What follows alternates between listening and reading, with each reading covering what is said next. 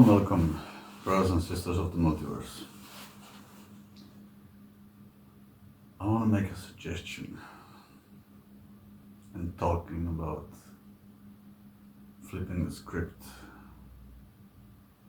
once and for all.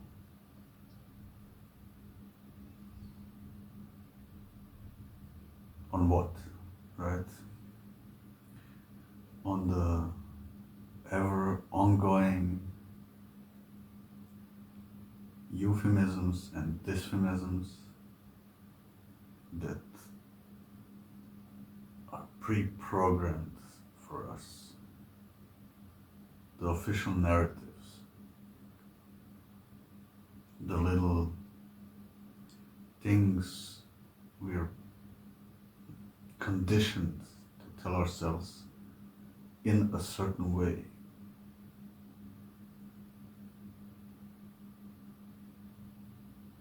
I mean, when did you the last time question why you even think in certain words about certain things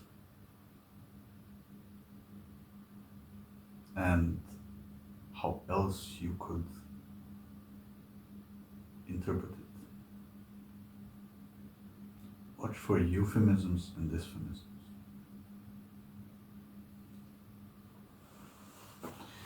And those make self-fulfilling prophecies. The world was always like that.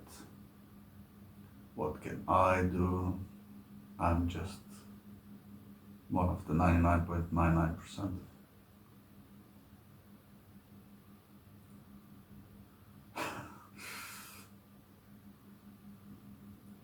Imagine a herd of 10,000 donkeys, and one decides to just start telling people what to think, what to believe in, where to go, what to do when they're there, all of that.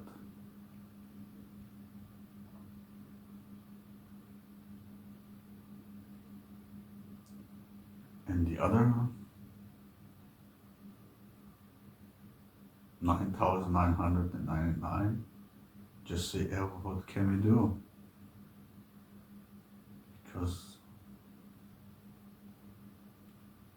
we're just one of the 9,999. Let's just follow him and do whatever he says.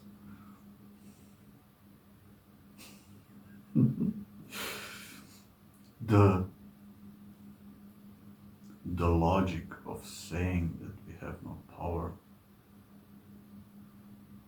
is post-meta absurd.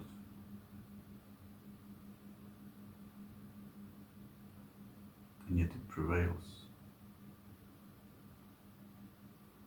And all of that, I don't want to stand out. All the fears of being thrown out of the group, being side-eyed, being ridiculed, ostracized.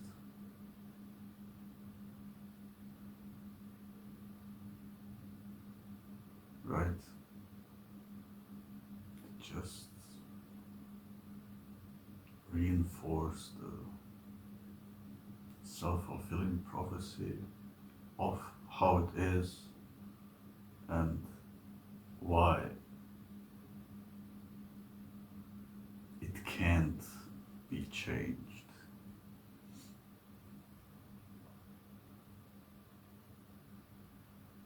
Because no one dares.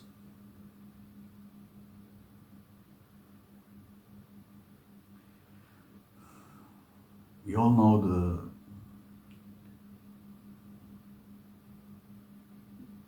story of The Farm, right? By Orwell. Written by an elitist who profits from people accepting that the end of this story is inevitable.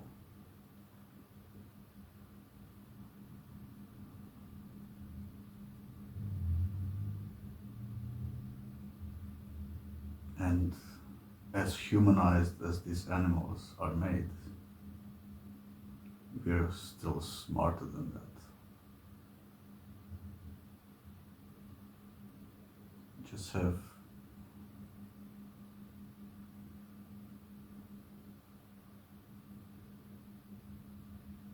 to be careful by,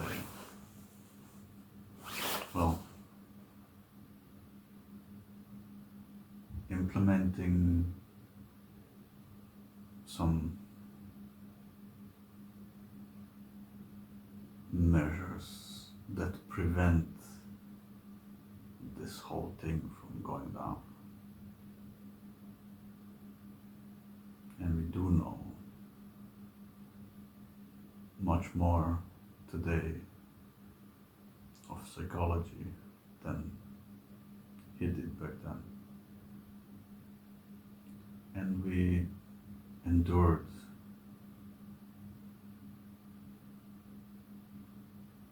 much greater absurdity of life in the last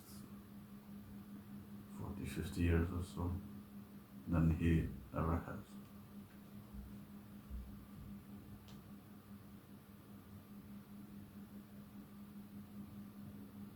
I was looking into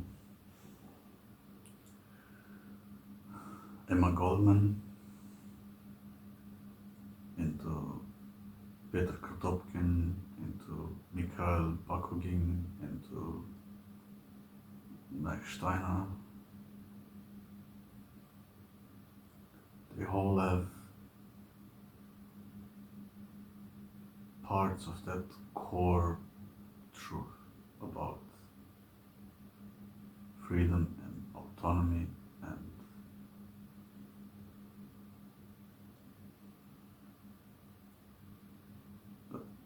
even though I don't agree with the bitterness of Goldman or the violent revolution of Bakunin and stuff like that, I mean, we can filter it all out, what works and what doesn't work. And we can do it without any violence, just by deciding not to fall for those, oh, I can't do anything. And there are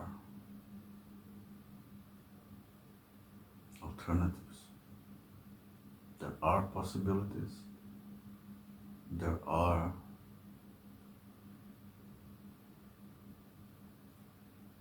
other ways. And some that are brave enough are already making it happen with all those intentional communities all around the world. Those brave enough to just say, no, I'm not losing any more of my lifetime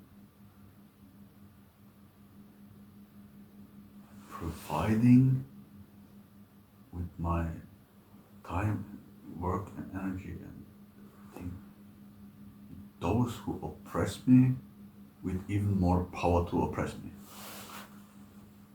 Just stop playing that game. Build an alternative without any violence, without any,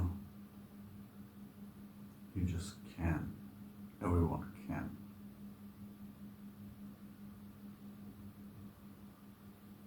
The thing is, of course,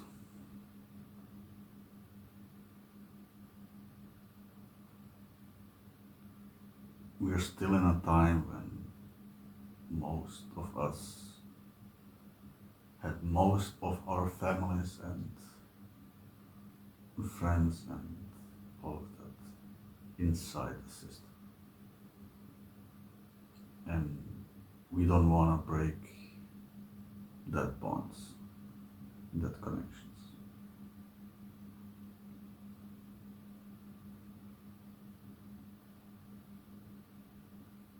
Or even within single families.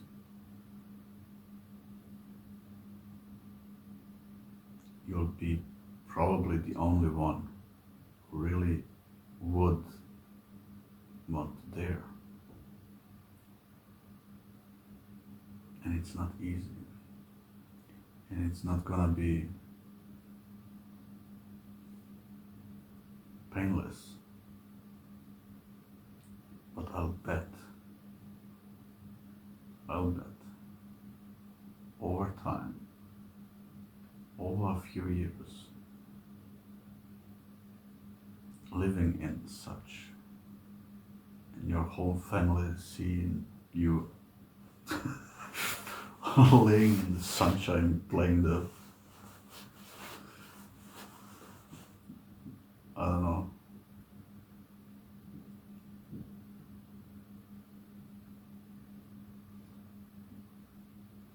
just enjoying life, and they having their 9 to 5 or 7 to 7 in a boring, dull, utterly unnecessary jobs, maybe moving some numbers on a screen or breaking their backs in hard physical labor somewhere for nothing what robots could do. Unnecessary. Not just only those so-called bullshit jobs, right? Like David Graeber said, but 90% of jobs could be either completely avoided or done by machines and AI and all of that. Just don't need it. And just a fair distribution of resources would fix everything. Just like that.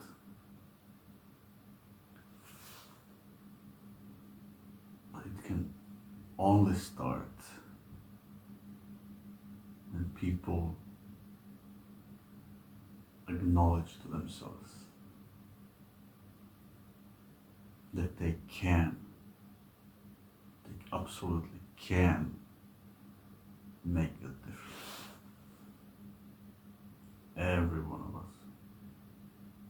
In what we invest our time and energy and resources and minds and hearts and souls. It's a choice. It's a choice. And it can be a brave one, or it can be a fearful one. Like, I don't know any different, so I'll stay in that gives me safety. That slavery system keeps me still fed, barely, but yet still. How much? I mean, living standards on one hand, technologically, are going up. But living standards, the immeasurable qualities decline rapidly. That's what makes all the depression and anxieties and all of that. Those things, the most important things in life, are the immeasurable ones. are not the ones you can repeat in a controlled scientific environment, right?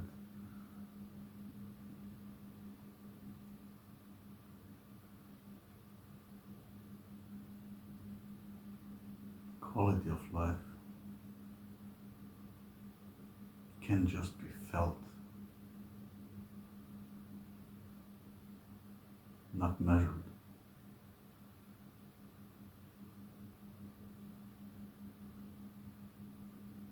And we can flip that page. We can flip that script. Every one of us. Every day. It's just a decision. Just admitting to oneself that that's a lazy excuse to say, what can I do? I know, but what can I do? How about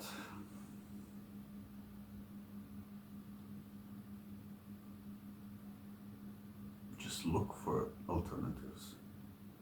Just think of how something could be better for all of us. And yes, you should be objective enough to also admit and reevaluate the pros and cons, but also think deep enough and critical enough, and you'll realize that those second and third and fourth and fifth order effects, what we are trying to prevent with that current system,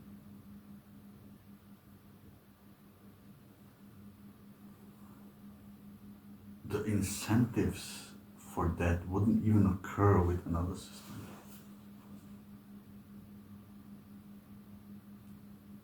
Over time, of course, and with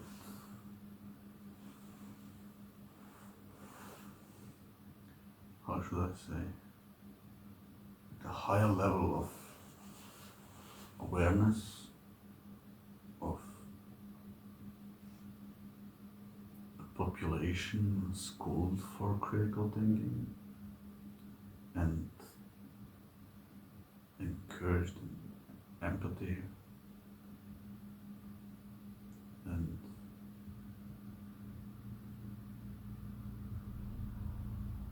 it's actually simple, it just takes time.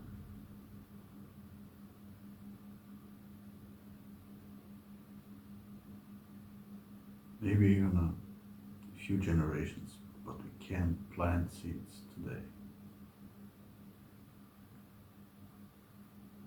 We can even grow those trees and see them grow in our lifetimes.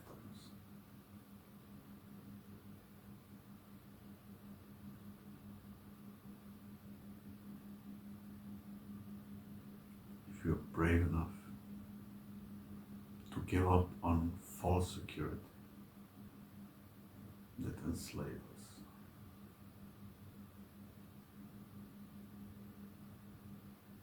and take our time, think things through, and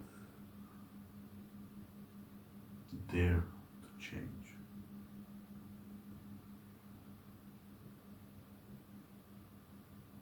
Can't flip this story. Just like that.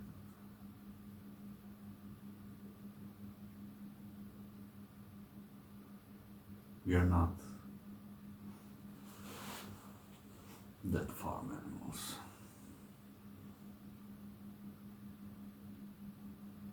We're not that stupid.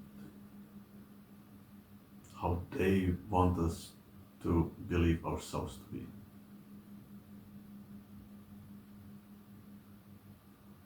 We are much smarter than that. There are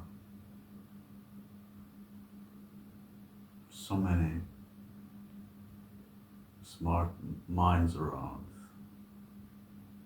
and we can pick and choose together in agreement, in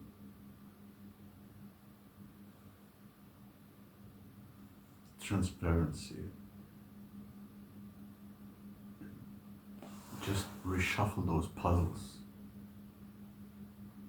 of wants and needs, and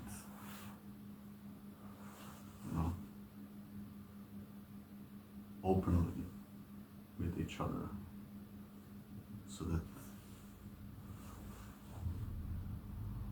everyone agrees.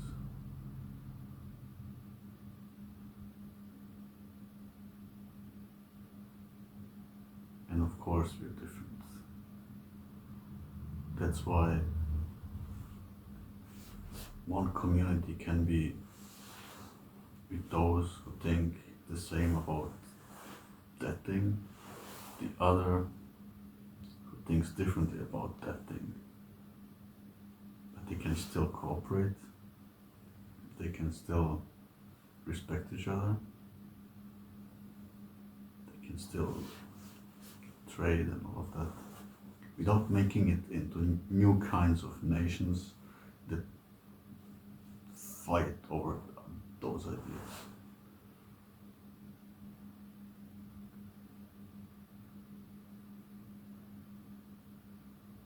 Again, back to the golden rule, right?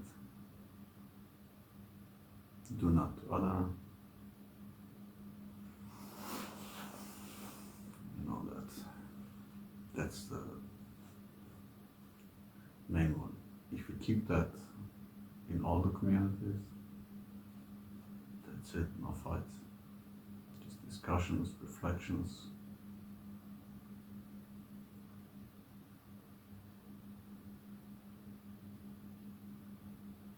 Open, critical minds.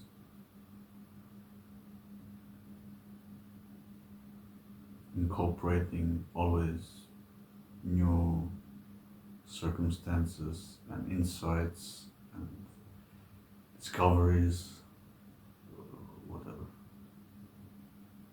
Always evolving with us.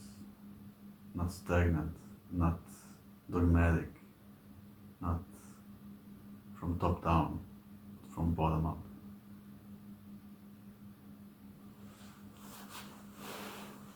We could. I hope we can. And I know we can. And I see it happening ever more.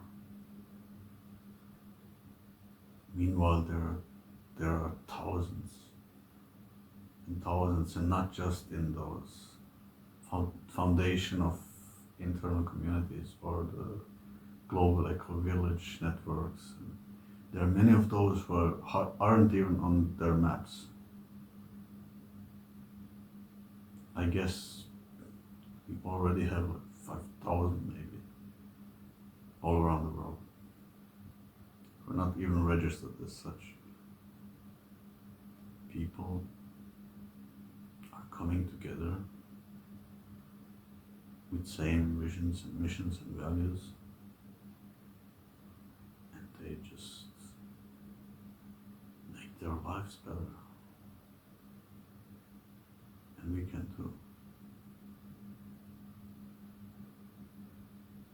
Just a choice to stop feeding the beast that feeds on us.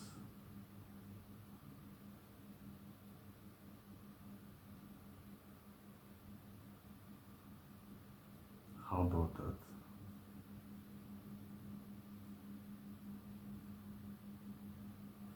Love you, brothers and sisters.